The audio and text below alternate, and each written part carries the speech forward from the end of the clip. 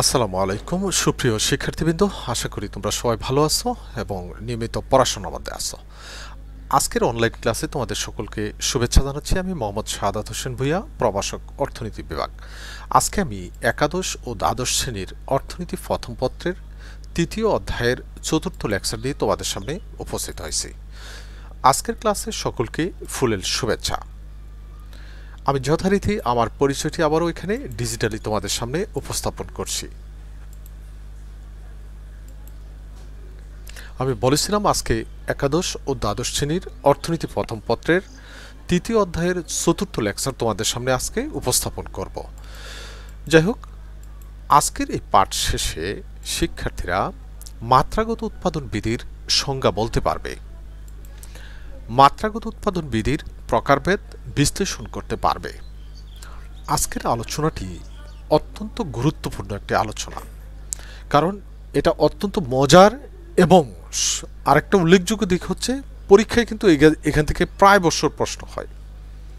অর্থাৎ উদ্দীপকটা এখান থেকে তৈরি করা যেমন সহজ, এবং তুমিও যদি এই ব্যাপারটা বুঝে যাও তোমার পক্ষে যে কোনোভাবে আনসার দেওয়া সম্ভব। যাই হোক, আমরা আলোচনায় চলে যাচ্ছি। প্রথমে আসি, মাত্রাগত উৎপাদন বলতে কি বোঝায়। উৎপাদন বিধি হচ্ছে দুই ধরনের, একটা হচ্ছে স্বল্পকালীন আর একটা হচ্ছে দীর্ঘকালীন। আর এই মাত্রাগত উৎপাদন বিধিটি হচ্ছে দীর্ঘকালীন ধারণা। দীর্ঘকালটা হচ্ছে এমন একটা সময় যে সময় উৎপাদনকারী উৎপাদনের যে আয়তনটা যদি বাড়াতে বা কমাতে চায়, তাহলে তার পক্ষে সবগুলো উপাদানের পরিবর্তন করা সম্ভব। এক্ষেত্রে খেয়াল করো একটা জিনিসে, এক্ষেত্রে কোনো স্থির উপাদানের অস্তিত্ব থাকবে না। তার মানে সবগুলো উপাদানই পরিবর্তনশীল। এই কারণেই কথাটা বলা হচ্ছে যে এই দীর্ঘকালে উৎপাদনকারী উৎপাদন বাড়াতে বা কমাতে চাইলে সবগুলো উপাদানের কি করতে পারে, পরিবর্তন করতে পারে। এক্ষেত্রে সবগুলো উপাদানকে নির্দিষ্ট অনুপাতে পরিবর্তন করা যায়। আর এর উপরে বেসিস করে আমরা কিন্তু সংজ্ঞাটা বলবো যে উপাদানগুলোকে একটি নির্দিষ্ট অনুপাতে পরিবর্তনের ফলে উৎপাদনের যে হারে পরিবর্তন হয় তাকে মাত্রাগত উৎপাদন বলা হয়। আবার বলছি কথাটা, উপাদানগুলোকে একটি নির্দিষ্ট অনুপাতে পরিবর্তনের ফলে উৎপাদনের যে হারে পরিবর্তন হয় তাকে মাত্রাগত উৎপাদন বিধি বলা হয়, ঠিক আছে, বা মাত্রাগত উৎপাদন প্রবাহ বলা হয়। ঠিক আছে, তাহলে আমরা একটু যাবো এবার সামনের দিকে। যেবার বলছি, মাত্রাগত উৎপাদন বিধি হচ্ছে তিন ধরনের, বা মাত্রাগত উৎপাদন বিধিটিকে তিন ভাগে ভাগ করা যায়। একটা হচ্ছে স্থির মাত্রাগত উৎপাদন বিধি, ক্রমবর্ধমান মাত্রাগত উৎপাদন বিধি, ক্রমহ্রাসমান মাত্রাগত উৎপাদন বিধি। আমি তোমাদেরকে বলবো শুধু একটাকে ভালোভাবে বোঝার চেষ্টা করো, তাহলে অটোমেটিক তুমি বাকিগুলো পারবে। প্রথমে আসি স্থির মাত্রাগত উৎপাদন বিধি কাকে বলে। লক্ষ্য করো, যদি উপাদানের পরিবর্তনের হার আর উৎপাদনের পরিবর্তনের হার যদি একরকম হয়, সমান হয়, তাহলে এটাকে আমরা বলবো স্থির মাত্রাগত উৎপাদন বিধি। আমি আবার বলছি, উপাদানগুলোকে একটি নির্দিষ্ট অনুপাতে পরিবর্তনের ফলে উৎপাদনের যদি একই হারে পরিবর্তন হয়, অর্থাৎ উপাদানটাকে যদি আমি ডাবল করি, উৎপাদনও যদি ডাবল হয়, উপাদানটাকে যদি আমি অর্ধেক করে ফেলি উপাদানের নিয়োগ, তাহলে উৎপাদনও যদি অর্ধেক হয়, উপাদানকে আমি যদি 3 গুণ করে ফেলি, উৎপাদনও যদি 3 গুণ হয়, তাহলে পরিবর্তনটা কিন্তু সমান হারে হচ্ছে।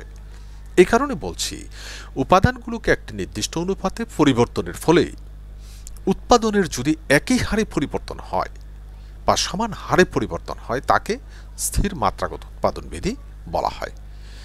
আমি সংজ্ঞাটা তুমি যদি মুখস্থ নাও করতে পারো, তুমি পরের যে উদাহরণটা দেখো, উদাহরণটা দেখলেই তোমার পক্ষে সংজ্ঞাটা অনায়াসে লেখা সম্ভব। লক্ষ্য করো, আমি সূচির মাধ্যমে ব্যাপারটা উপস্থাপন করার চেষ্টা করছি।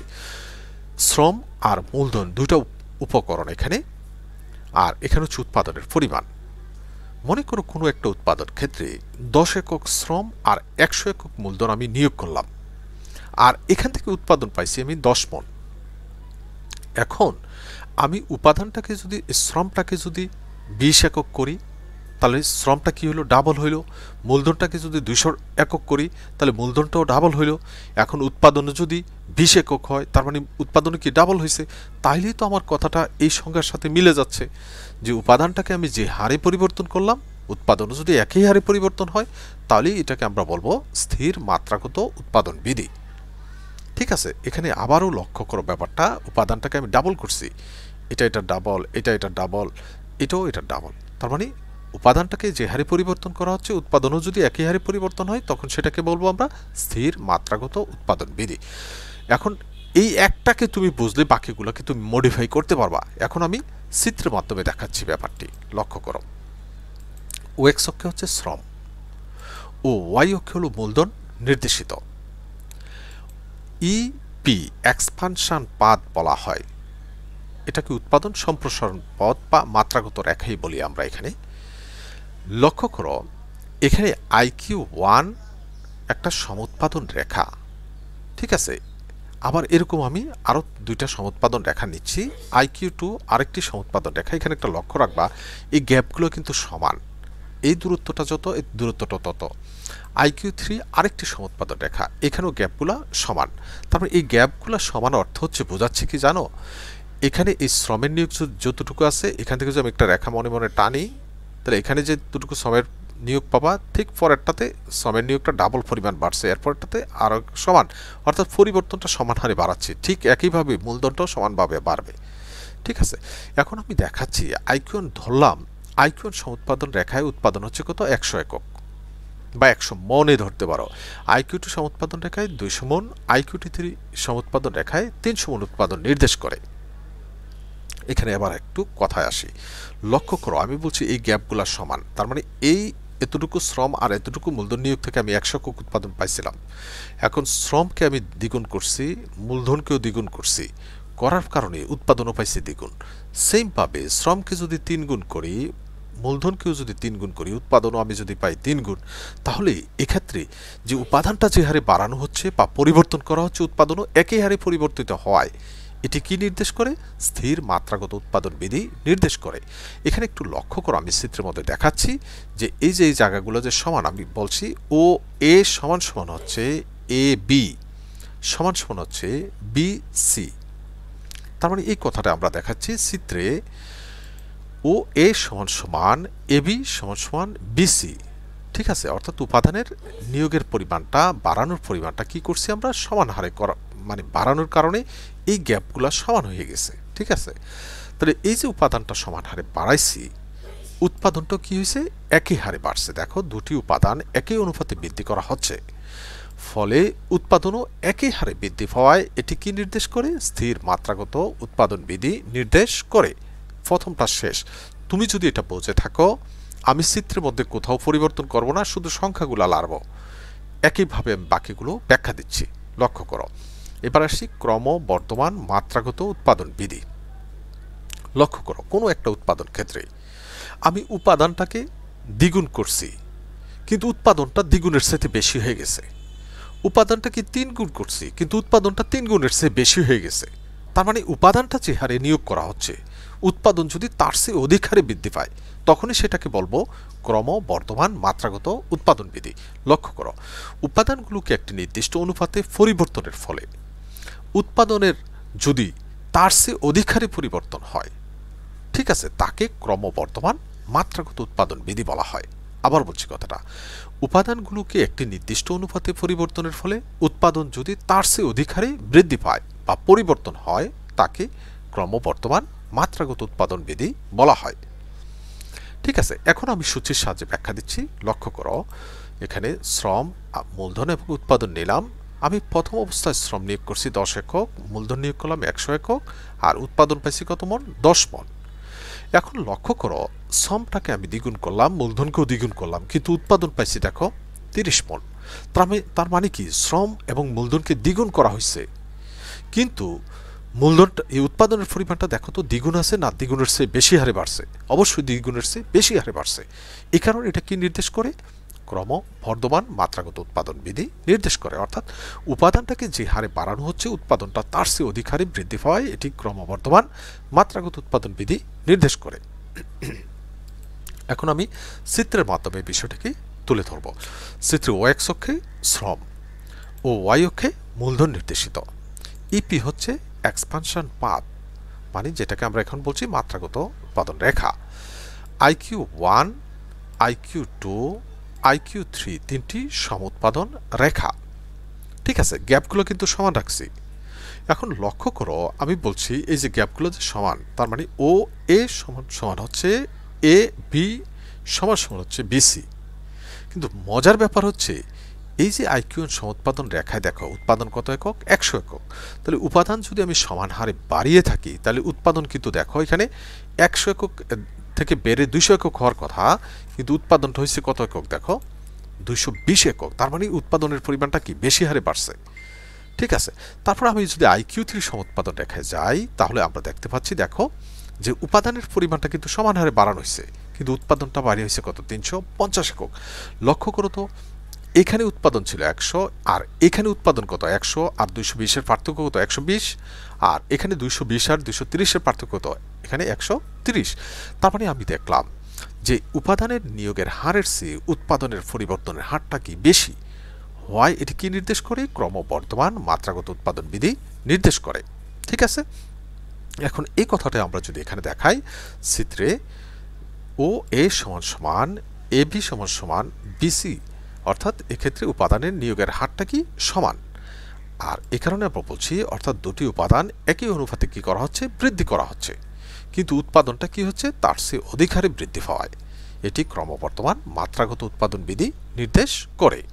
ঠিক আছে, ব্যাপারটি একেবারে সহজ, কিন্তু যদি তুমি প্রথমটা ভালোভাবে বুঝে থাকো, এখনকারটি জাস্ট আমি একটু একটু কথা বাড়াচ্ছি শুধু। এবার আমরা সর্বশেষটি যাচ্ছি যে ক্রম হ্রাসমান মাত্রাগত উৎপাদন বিধি। এবার লক্ষ্য করো যে কোনো একটা উৎপাদন ক্ষেত্রে আমি উপাদানটাকে ডাবল করলাম, কিন্তু উৎপাদনটা ডাবল হয় নাই, বাড়ছে, উৎপাদন বাড়ছে কিন্তু ডাবল হয় নাই, ডাবলের চেয়ে কম হয়েছে। উপাদানটা 3 গুণ করলাম, কিন্তু উৎপাদনটা 3 গুণ হয় নাই, উৎপাদন বাড়ছে কিন্তু 3 গুণ হয় নাই, 3 গুণের চেয়ে কম হয়েছে। তার মানে উপাদানটাকে আমি যে হারে বাড়াচ্ছি উৎপাদনটা যদি সে হারে না বাড়ে, অর্থাৎ তার চেয়ে কম হারে বাড়ে, তখন সেটাকে বলবো ক্রম হ্রাসমান মাত্রাগত উৎপাদন বিধি। দেখো, উপাদানগুলোকে একটি নির্দিষ্ট অনুপাতে পরিবর্তনের ফলে উৎপাদনের যদি তার চেয়ে কম হারে পরিবর্তন হয় বা উৎপাদন যদি তার চেয়ে কম হারে বাড়ে, ঠিক আছে, বা পরিবর্তন হয়, তাকে ক্রম হ্রাসমান মাত্রাগত উৎপাদন বিধি বলা হয়। ঠিক আছে, এটাও যদি আমরা সূচির সাহায্যে দেখাই, লক্ষ্য করো শ্রম, মূলধন এবং উৎপাদন। তাহলে আমরা প্রথম অবস্থাটা ঠিক রাখছি, প্রত্যেকটারই শ্রম নিয়োগ করছি 10 একক, মূলধন নিয়োগ করলাম 100 একক, আর উৎপাদন পাইছি কত মন, 10 মন। এখন দেখো একইভাবে শ্রমটাকে আমরা ডাবল করব, 20 একক করব, মূলধনটাকে ডাবল করব, 200 একক করব, কিন্তু উৎপাদন হচ্ছে কত একক দেখো তো, 18 একক।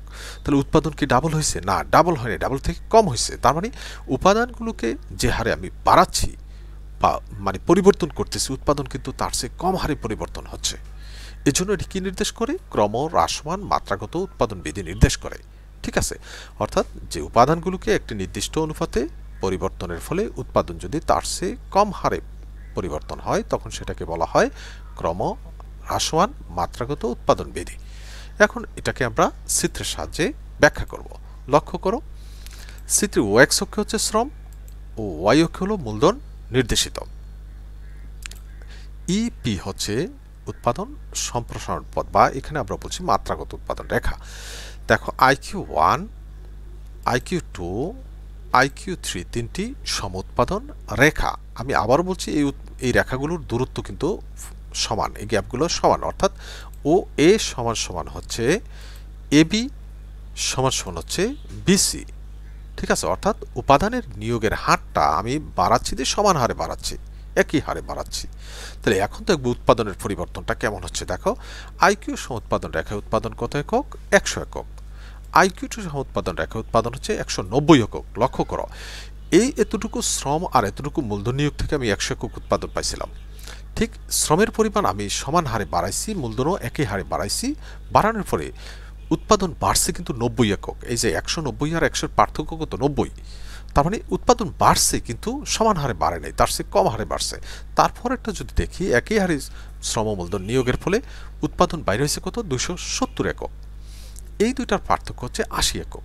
তার মানে আমরা বলছি যে উপাদানটাকে আমি সমান হারে বাড়াচ্ছি, বা যে হারে বাড়াচ্ছি উৎপাদনটা কিন্তু সে হারে বাড়তেছে না, তার চেয়ে কম হারে বাড়তেছে। ঠিক আছে, এজন্য এটা কি নির্দেশ করে? ক্রম হ্রাসমান মাত্রাগত উৎপাদন বিধি নির্দেশ করে।